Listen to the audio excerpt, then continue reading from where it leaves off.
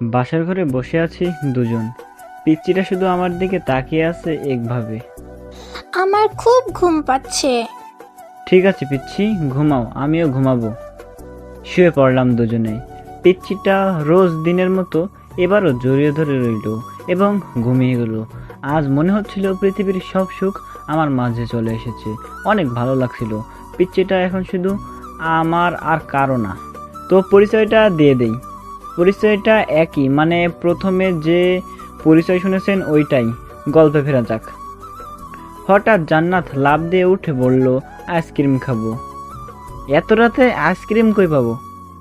আমি কিচ্ছু জানি না, আমাকে খাওয়াতেই হবে, তা না হলে আমি কান্না করব। না না, কাঁদে না, আমি দেখছি কি করা যায়। মহা মুশকিলে পড়ে গেলাম। বাসর রাতে বউ বলছে আজও নাকি ঘুমাবে। ঠিক আছে, মেনে নিলাম। এখন বলছে আইসক্রিম খাবো। এটা কি মেনে নেওয়া যায়? আপনারাই বলুন তো। এত কষ্টের মাঝে মাঝে মনে চায় আত্মহত্যা করি, কিন্তু পরে আবার মনে হয় যদি মরে টরে যাই। যাক, চুপি চুপি বাইরে বের হলাম। কোনো মতে অনেকক্ষণ খোঁজার পর একটা আইসক্রিমের দোকান খোলা পেলাম। আমার তাড়াহুড়া করে যাওয়া দেখে দোকানদার ভাবলো এই তো পেয়েছি, সেদিন আমায় বোকা বানিয়েছিল, তা আজ সুদে আসলে উসুল করব। আমি কাছে গিয়ে কোনো আইসক্রিম বের করে দাম জিজ্ঞাসা করায় সঠিক দাম দ্বিগুণ দাম বলল। এর দাম তো এত না। নিলে নেই, না নিলে যা। আমি বুঝতে পারলাম ঠিক সেই দিনের বদলা নিচ্ছে আমার উপর। আমিও কম কিসে পাল্টা জবাব দেওয়ার জন্য রেডি হয়ে নিলাম। আঙ্কেল, আপনি সিগারেট খাচ্ছেন? হ্যাঁ খাচ্ছি, নিবি? আন্টিকে একটু ফোন দেই যে দেখুন আপনার স্বামী কি সুন্দর করে সিগারেট খাচ্ছে। আমার কথা শুনে দোকানদার আঙ্কেল ধরফর করে সিগারেট ফেলে দিলেন। এবার তো তোর আন্টি জানতে পারবে না। কি মনে করেন আমি কাঁচা কাজ করি? ফোনের ছবি তুলে রেখেছি। বাপ, তোর কাছে মাপ চাই, তুই নিয়ে যা, ফ্রি নিয়ে যা, তবুও তোর আন্টিরে বলিস না। ঠিক আছে, বলবো না, আর এর সঠিক দামই দিব। ঠিক আছে, তবুও তোর আন্টিরে বলিস না। আমি আইসক্রিম নিয়ে হাসতে হাসতে চলে আসলাম। দরজা দিয়ে ঢুকেছি, তখন ওই দেখি আম্মু আর নীলা। মনে হচ্ছে কেস জন্ডিস হয়ে গেছে। আমার লক্ষ্মী আম্মু আর লক্ষ্মী বোন, ঘুমাওনি? না ঘুমাইলে আর তুই এত রাতে বাইরে কেন গিয়েছিলি? তোমার বৌমা নাকি আইসক্রিম খাবে, তাই আনতে গিয়েছিলাম। খবরদার মিথ্যা বলবি না। সত্যি বলছি। তোমার বৌমার থেকে শুনো, জান্নাতকে ডাকলো আম্মু। মা, তুই নাকি ওকে আইসক্রিম আনতে বলেছিস? কই, আম্মু না তো ভাইয়া, শুধু আমায় বলল একটা কাজ আছে। আম্মু আম্মু, ও ডাহা মিথ্যা কথা বলছে। একদম চুপ। কে মিথ্যা বলে আমি জানি। আম্মু, আমি সত্যি বলছি। চুপ, একদম চুপ, যা রুমে যা। আমার বকা খেয়ে রুমে গেলাম। একটু পরে পিচ্চিটা হাসতে হাসতে এলো। আমি তো রাগে গজগজ করছি। আইসক্রিম বের করে দিতেই পিচ্চিটা খুশি হয়ে এসে আমার গালে পাপ্পে দিল। কি জানি পিচ্চিটা এটা কিভাবে করে, রাগ হলেও সব রাগ চলে যায়। আইসক্রিম যখন খাচ্ছিল ওর মুখ বেয়ে পড়ছিল। একদম ছোট পিচ্চি, কতটা যে ভালোবেসে ফেলেছি এই পিচ্চিটায় নিজেও জানি না। ওর খাওয়া হলো, দুজন শুয়ে পড়লাম। ভাইয়া, বেলকনিতে চলো, কেন? আমি চাঁদ দেখবো। এখন চাঁদ দেখার দরকার নেই, ঘুমাও। না, যেতেই হবে, তা না হলে আমি কথা বলবো না। কি আর করার, উঠে আমি যেতে লাগলাম, কিন্তু পিচ্চিটা বসে রইল। আবার কি হলো? আমায় কোলে করে নিয়ে যাও। আমিও পিচ্চিকে কোলে করে নিয়ে ব্যালকনিতে গিয়ে বসলাম। পিচ্চিটাও বসে আমায় জড়িয়ে আকাশের দিকে চেয়ে আছে, আর আমি তার দিকে। হঠাৎ দেখলাম পিচ্চিটা ঘুমিয়ে গিয়েছে। আবার কোলে করে নিয়ে বিছানায় গিয়ে শুয়ে পড়লাম। ভোরে আলো মুখে এসে পড়তেই জেগে উঠলাম। পিচ্চিটা এখনো ঘুমিয়ে আছে। উঠে রাগ কপালে একটা পরশ এঁকে দিয়ে রেডি হয়ে না খেয়ে চলে গেলাম আজ, কারণ দেরি হয়ে গিয়েছে। আম্মু বলেছিল খেতে, আমি বলে এসেছি অফিসে খাবো। অফিসে এসে কাজ করতে করতে দুপুর হয়ে গেল। সকালে খায়ও নেই, হঠাৎ ফোন এলো।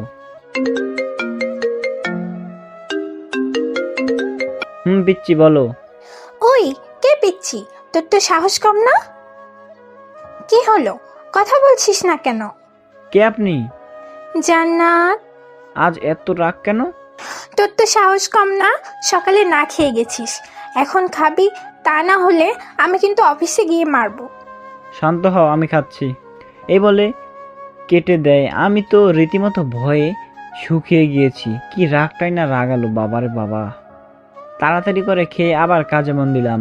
বিকালে যখন বের হবো তখনই হঠাৎ আবার ফোন এলো অচেনা নাম্বার থেকে। হ্যালো, কে বলছেন? অপর পাশ থেকে একটা মেয়ের কণ্ঠ। কি মিস্টার সোহান, খুব ভালো আছেন তাই না?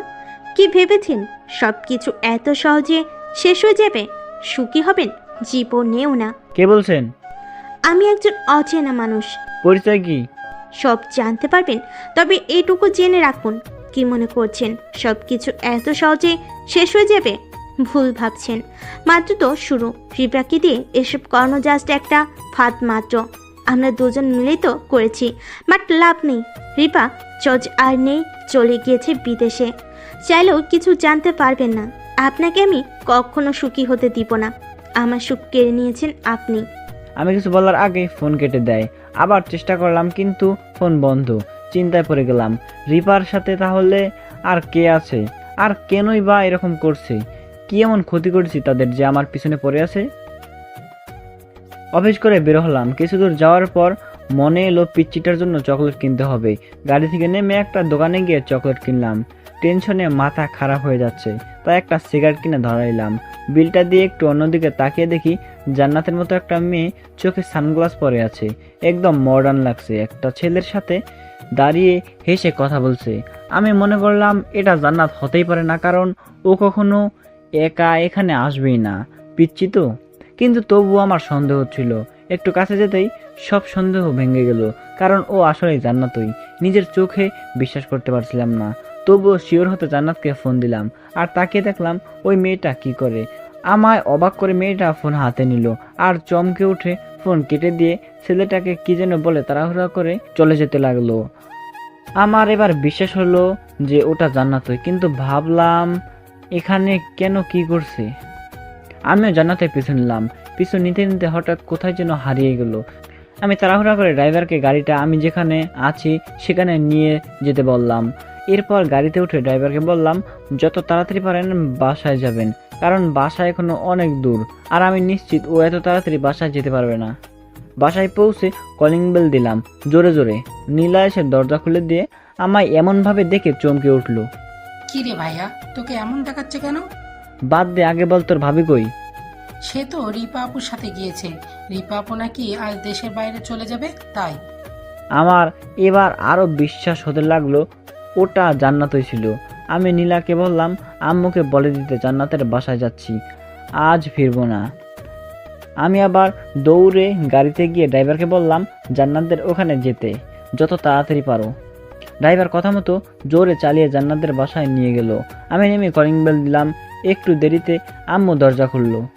কি বাবা, তুমি হঠাৎ এখানে এভাবে? আম্মু, জান্নাত কোথায়? কেন?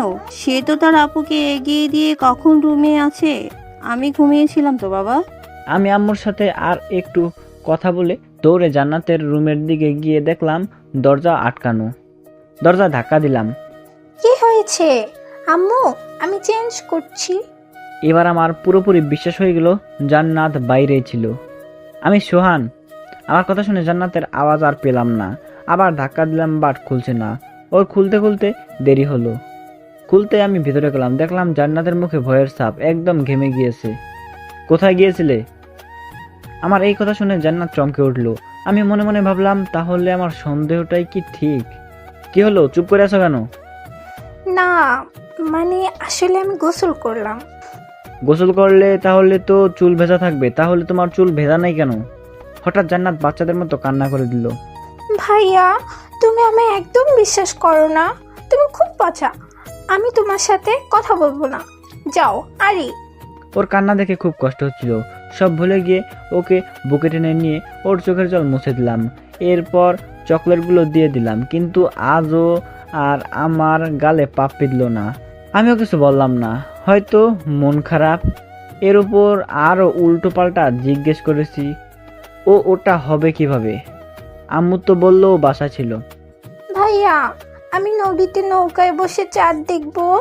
এত রাতে? না গেলে আমি কথা বলবো না। আমিও না করলাম না, ওকে কোলে তুলে নিয়ে কাছেই ছিল ছোট্ট নদী, ওখানে কোলে করেই নিয়ে গেলাম। গিয়ে দেখি ঘাটে নৌকা বাঁধা আছে, জ্যোৎস্না উঠেছে খুব সুন্দর। পিচ্চিটাকে নিয়ে নৌকায় বসালাম। এরপর আমি আর ও দুজনে শুয়ে পড়লাম। আমাদের পা দুদিকে দিয়ে দুজনের মাথা একসাথে রাখলাম। আকাশের দিকে চেয়ে আছে জান্নাত, মৃদু বাতাস বইছে, নৌকা দোল দিচ্ছে, খুব সুন্দর লাগছে। আমি পিচ্চিটার দিকে তাকিয়ে আছি। কি অদ্ভুত মায়া জালে বেঁধে ফেলেছে আমায়। পিচ্চিটাকে ছাড়া চলাই অচল আমার, খুব ভালোবেসে ফেলেছি। হঠাৎ খেয়াল করলাম পিচ্চিটা ঘুমিয়ে গেছে। মনে মনে বললাম, এত ঘুম কই পায়। আবার ওকে কোলে তুলে নিয়ে বাসায় গেলাম, শুয়ে পড়লাম। রোজ যেমন করতো আজও তার বিপরীত করলো না, আমায় জোরে ধরে ঘুমালো। রোজ যেমন সকালে ঘুম ভাঙে আজও ভাঙলো, কিন্তু আজ কেন জানি পিচ্চিটাকে ছেড়ে যেতে ইচ্ছে করছিল না। তবু অফিসে চলে গেলাম। অফিসে গিয়ে কোনো মতেই মন বসছিল না, পিচ্চিটার কথা খুব মনে পড়ছিল। কেন জানি না, ওকে ছাড়া থাকাটা কষ্টকর। কোনো মতে অফিস শেষ করে বের হয়ে আজ পিচ্চিটার জন্য অনেকগুলো সুন্দর ফুল কিনলাম আর চকলেট কিনলাম। দুপুরে পিচ্চিটাকে আমাদের ওখানে যেতে বলেছি, সে গিয়েছেও। বাসায় ফিরলাম। ফেরার আগে জান্নাতের জন্য কিছু চকলেট আর ফুল কিনে নিয়ে গেলাম। বাসায় ফিরেই উপরে চলে গেলাম। গিয়ে দেখি পিচ্চিটা নেই। নীলাকে জিজ্ঞাসা করলাম, ও বলল ছাদে আছে। আমি ফুল আর চকলেট নিয়ে ছাদে চলে গেলাম। গিয়ে দেখি পিচ্চিটা ফোনে কাকে যেন বলছে, চিন্তা করো না, সোহানকে আরও কষ্ট দিব, তারপর ওকে মেনে নিব। আমায় অনেক কষ্ট দিয়েছে। কথাটা শুনে আমার হাত থেকে ফুলগুলো পড়ে গেল। কিছু পড়ার আওয়াজ পেয়ে জান্নাত পিছনে ঘুরে আমায় দেখে চমকে উঠল। সোহান কখন এসেছে? চমকে উঠলে? আর আজ প্রথম আমার নাম ধরে বললে? এবার বলো তুমি কে? আমি কে মানে? আমি তোমার পিচ্ছি। না, তুমি সত্যি করে বলো তুমি কে। বললামই তো, আমি তোমার পিচ্ছি। আমি কাছে গিয়ে ঠাস করে একটা চর লাগিয়ে দিলাম। জানতে চাও আমি কে, তাই না? তাহলে শোনো, আমি সেই পিচ্ছি মেয়ে যে তোমার ফোন দিয়ে বলেছে তোমার সব সুখ কেড়ে নিবে। আমি সেই যে এতদিন এত কিছু করেছে। এটা শোনার পর আমার পুরো পৃথিবী ওলটপালট হয়ে যেতে লাগলো। কারণ যাকে নিজের জীবনের চেয়েও বেশি ভালোবাসলাম সেই ঠকালো। ভাবতেই বুকের বাম পাশে কেমন মোচড় দিয়ে উঠলো। আমি কি এমন করেছি যার কারণে আমার এত বড় শাস্তি দিলা? জানো, আমিও চেয়েছিলাম আমার একটা সুখের সংসার হবে, তোমাকে নিয়ে দেখেছিলাম সেটা। কিন্তু তুমি কি করলে? বাসর রাতে আমি ঘুমাইছিলাম না, ঘুমানোর নাটক করেছিলাম। তুমি ঘুমানোর পর অনেক কান্না করেছিলাম, কারণ আমার আসার ঠিক কিছু সময় আগে আমার ফোনে একটা মেসেজ আসে, সেটা ভিডিও, তুমি আর একটা মেয়েছি। আমার ভাবতেই যেন কেমন লাগছে। এই জন্যই তুমি এত কিছু করলে? হ্যাঁ, করলাম। কেননা আমি প্রথম দেখেই ভালোবেসেছিলাম, কিন্তু যখন দেখলাম আমার ভালোবাসার মানুষটা অন্য কারোর সাথে, তখন আমার মরতে ইচ্ছে করছিল। আমি তখনই কেঁদে আপুকে সব বলেছিলাম। আপু আমায় এমন করতে বলল কেননা আমি জানতে চেয়েছিলাম তুমি আমায় ভালোবাসো কি না। আমি জানি তুমি কি ভিডিও পেয়েছো, কিন্তু একবারও কি বলেছো আমায়? যদি বলতে তখনই আমি সত্যিটা বলে দিতাম। আমার বাবার টাকার উপর অনেকের লোভ, কারণ সব কিছু আমার নামে, তাহলে যে কেউ তো চাইবেই ওরকম করতে। আমায় ব্ল্যাকমেল করেছিল একটা মেয়ে, কিন্তু জানো যখন এগুলো হচ্ছিল আমি জ্ঞানে ছিলাম না। তুমি কি এতটুকু বুঝলে না যে ছেলেটা তো নড়ছে না? তাহলে ভেবে কিভাবে নিব এটা সত্য? তোমায় আমি সবসময় বিশ্বাস করতাম। হ্যাঁ, প্রথমে অবিশ্বাস করলেও পরে ঠিকই বিশ্বাস করতে শুরু করি, কারণ ধীরে ধীরে তোমায় অনেকটা ভালোবেসে ফেলি। কিন্তু সব তুমি ভেঙে দিলে। আর চাই না নতুন করে সব কিছু। আজ থেকে তুমি তোমার মতো, আমি আমার মতো। কারণ যতটা কষ্ট দিয়েছো আমায়, তার চেয়ে মরে যাওয়া আমার অনেক ভালো ছিল। জান্নাত একটু ভাবলো আর বুঝতে পারলো আসলেই তো সোহান তো কোনো নড়াচড়া করছিল না। তখন জান্নাত ওর ভুলটা বুঝতে পারলো আর কান্না করে দিল। ভাইয়া প্লিজ আমায় মাফ করে দাও, আমি অনেক বড় ভুল করেছি। সম্ভব না, কখনো ভেবো না আমার থেকে আলাদা হতে চেয়েছিলে, তাই না? ঠিক আছে, তৈরি থেকো ডিভোর্সের জন্য। এরপর থেকে তুমি একদম ফ্রি। এরকম করো না প্লিজ ভাইয়া, আমি বাঁচতে পারবো না। আমায় তুমি বাঁচিয়ে রেখেছো। ভাইয়া প্লিজ। আমি আর কিছু বললাম না, ওকে একা রেখে বাইরে চলে এলাম। আজ কাউকে বিশ্বাস হচ্ছে না। বাইরে একটা দোকানে এসে বসলাম, সিগারেট কিনলাম, অনেকগুলো খেলাম। আজ আর এমনি খাচ্ছি না, মন ভেঙে যাওয়ার কষ্টে খাচ্ছি। তবু কষ্টটা যেন এক চুল কম ছিল না। আর পারলাম না, ড্রিঙ্কস করলাম, খুব মাতাল হয়ে ডলতে ডলতে বাসায় আসলাম। কোনো মতে রুমে গেলাম, দেখলাম পিচ্চিটা বিছানায় শুয়ে কাঁদছে। আর কেন জানি না মনের মধ্যে অদ্ভুত লাগছে আমার। মাতাল হয়েও ওর উপর পড়ে গেলাম আর হারিয়ে গেলাম ভালোবাসার সমুদ্রে। খুব সকালে উঠলাম, চোখ কসলাতে কসলাতে উঠে অবাক হই, কারণ আমার গায়ে কোনো কাপড় নেই। ভয় পেয়ে গেলাম। একটু কষ্ট করে রাতের কথা মনে করার চেষ্টা করলাম, কিন্তু এইটুকু মনে আছে জান্নাতের উপর পরে গেছিলাম, আর কিছুই মনে নেই। এবার আরো ভয় পেয়ে গেলাম এটা দেখে যে জান্নাত গোসল করে চুল মুছতে মুছতে বের হচ্ছে। ভাইয়া, তুমি এত দুষ্টু, জানতাম না তো। আমি কিসের দুষ্টু হলাম? রাতে কত দুষ্টুমি করলে, তাহলে কালকে কাঁদালে কেন? এই যে শোনো, যা হয়েছে আমার জ্ঞানে হয় নাই। আমি ঘরে ছিলাম, সব ভুলে যাও। তুমি আর 6 মাসের বউ, এরপর তুমি তোমার রাস্তায়, আমি আমার রাস্তায়। কি মনে করো আমায় কষ্ট দিয়ে তুমি একটুও পাবে না? তোমায় রাতে মেনে নিয়েছি, পিচ্চিটাকে অনেক ভালোবাসি, ওর উপর রাগ করে থাকতে পারি না। আমি উঠে কাঁথা গায়ে পেঁচিয়ে জামা পরে ফ্রেশ হয়ে নিলাম, আর এমনভাবে নিলাম যেন কিছুই হয়নি। জান্নাত সব কিছু দেখছিল দাঁড়িয়ে, মায়ার দৃষ্টি তাকিয়ে আছে। আমি না দেখার ভান করে রেডি হয়ে না খেয়ে চলে গেলাম। আম্মু আর নীলাকে কিছু বললাম না। অফিসে গিয়ে বসে ভাবছি, শালার কাল রাতে কি যে হইল, কেন যে ড্রিঙ্কস করলাম, না হলে সব জ্ঞানই হতো। বাট তবুও ভালো হয়েছে, হাসি পাচ্ছে ওর কাণ্ড কারখানা দেখে। পিচিটার সাথে কথা বলতে ইচ্ছে হচ্ছে, কিন্তু বলবো না, কারণ ওকে আরো শাস্তি দিতে হবে। খুব ভাব বেড়ে গিয়েছিল, সেগুলো ঠিক করতে হবে আগে। সকালে খাই নাই, খুব খিদাও লাগছে।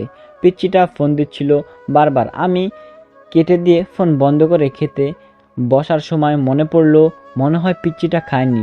তখন খাবার রেখে দিলাম, আবার কাজে মন দিলাম।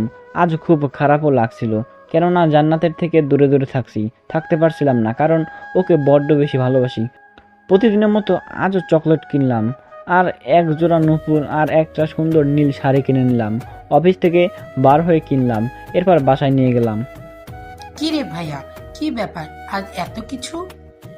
কি ব্যাপার হবে আবার? কিছু তো আছে। কিছুই না আম্মু, কই? রান্না করে আব্বু আসতেছে। খাইছে রে, থাক আমি গেলাম। কই যাস? আমার জম আসতেছে, তুই থাক। এরপর আমি উপরে চলে যাই, গিয়ে দেখি জান্নাত ব্যালকনিতে দাঁড়িয়ে গ্রিল ধরে আকাশের দিকে তাকিয়ে আছে। খেয়াল করলাম চোখের জল মাঝে মাঝে মাটিতে পড়ছে, বুঝতে পারলাম কান্না করছে।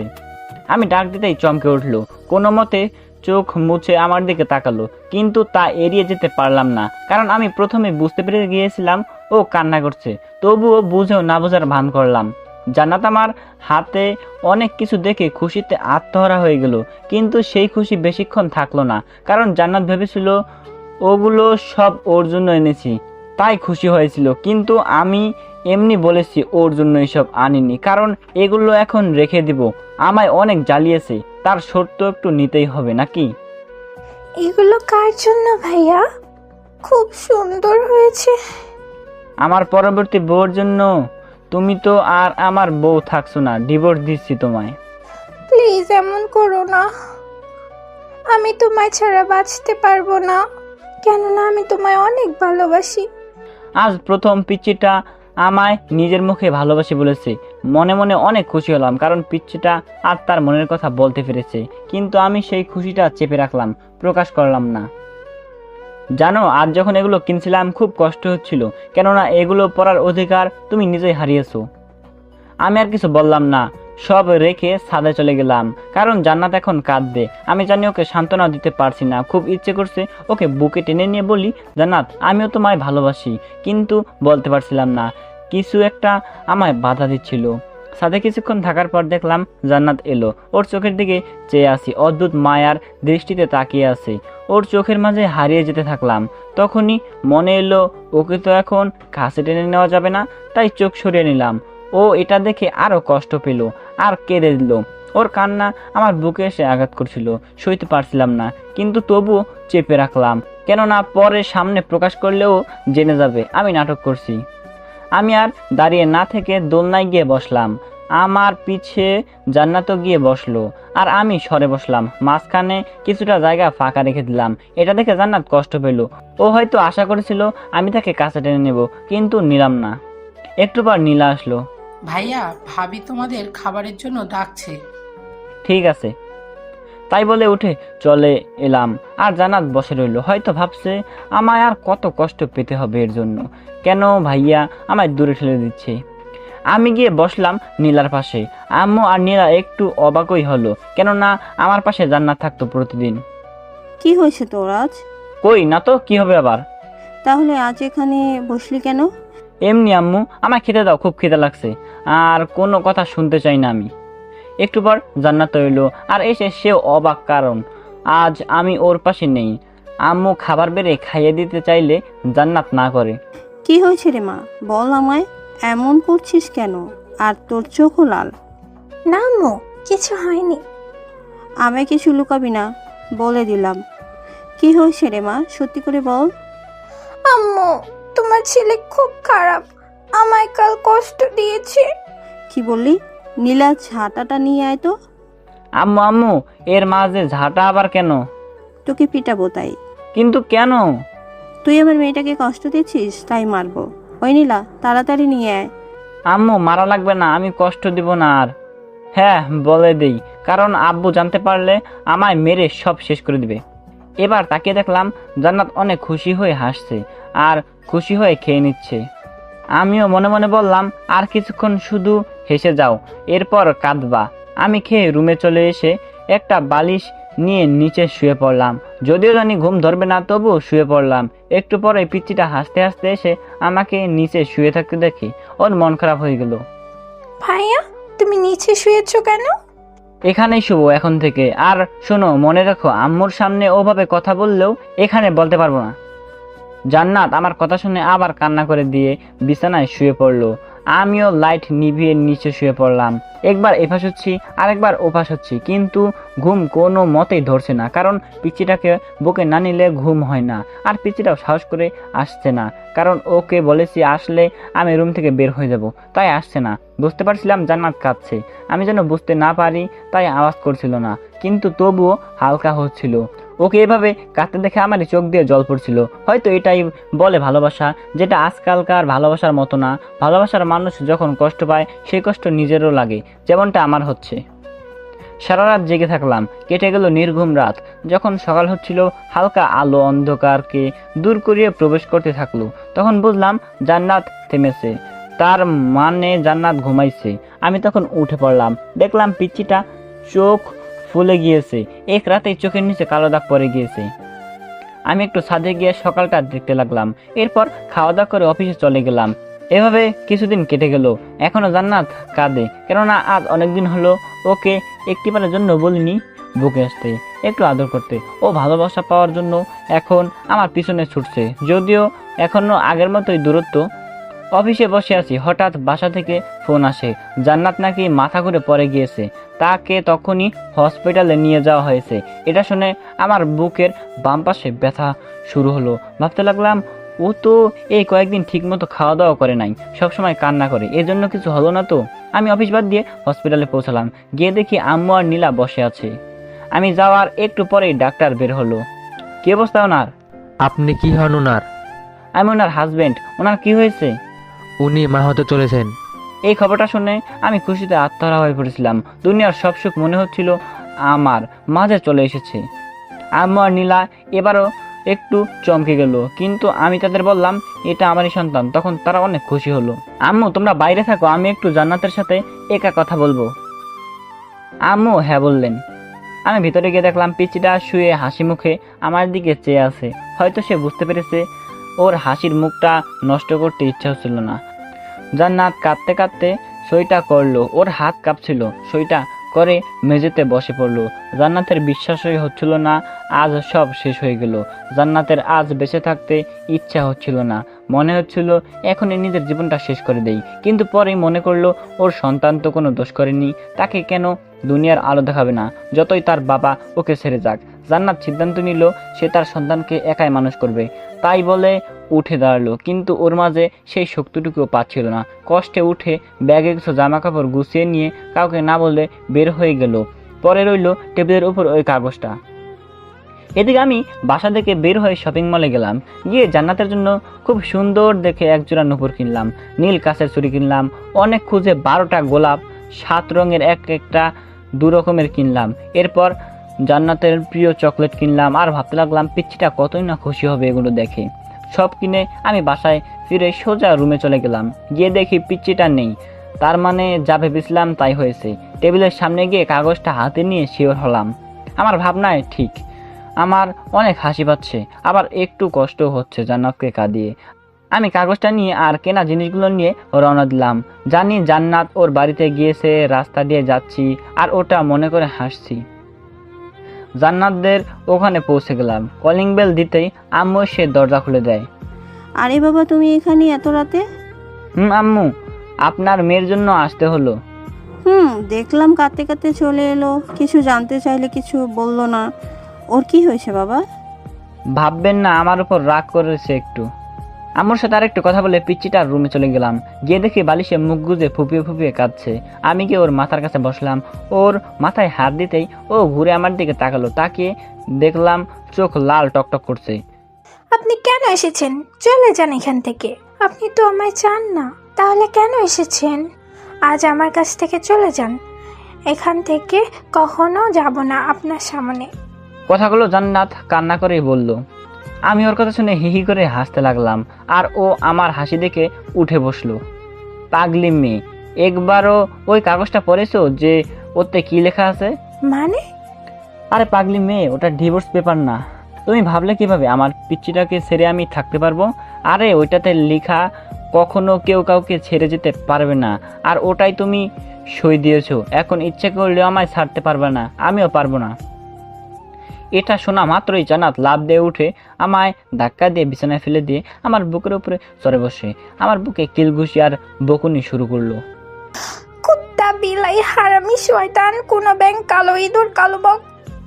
ওয়েট, কালো ইঁদুর আর কালো বক তো কোনোদিন শুনি নাই, দেখিও নাই। এগুলো সব তুমি। এরপর আর কিছু বলতে পারলাম না, কারণ জান্নাত আমার মুখ আটকে দিয়েছে। আরে বোঝেন না কেন ঠোঁট দিয়ে আটকে দিয়েছে? এই প্রথম জান্নাত নিজে হপ্পে দিচ্ছে, কেমন যেন লাগছে। অনেকক্ষণ পর ছেড়ে দিল। পিচ্ছি, এইগুলো শিখলা কি থেকে শুনি? নীলাপুর আর ওই ভাইয়ার দেখে। কি নীল?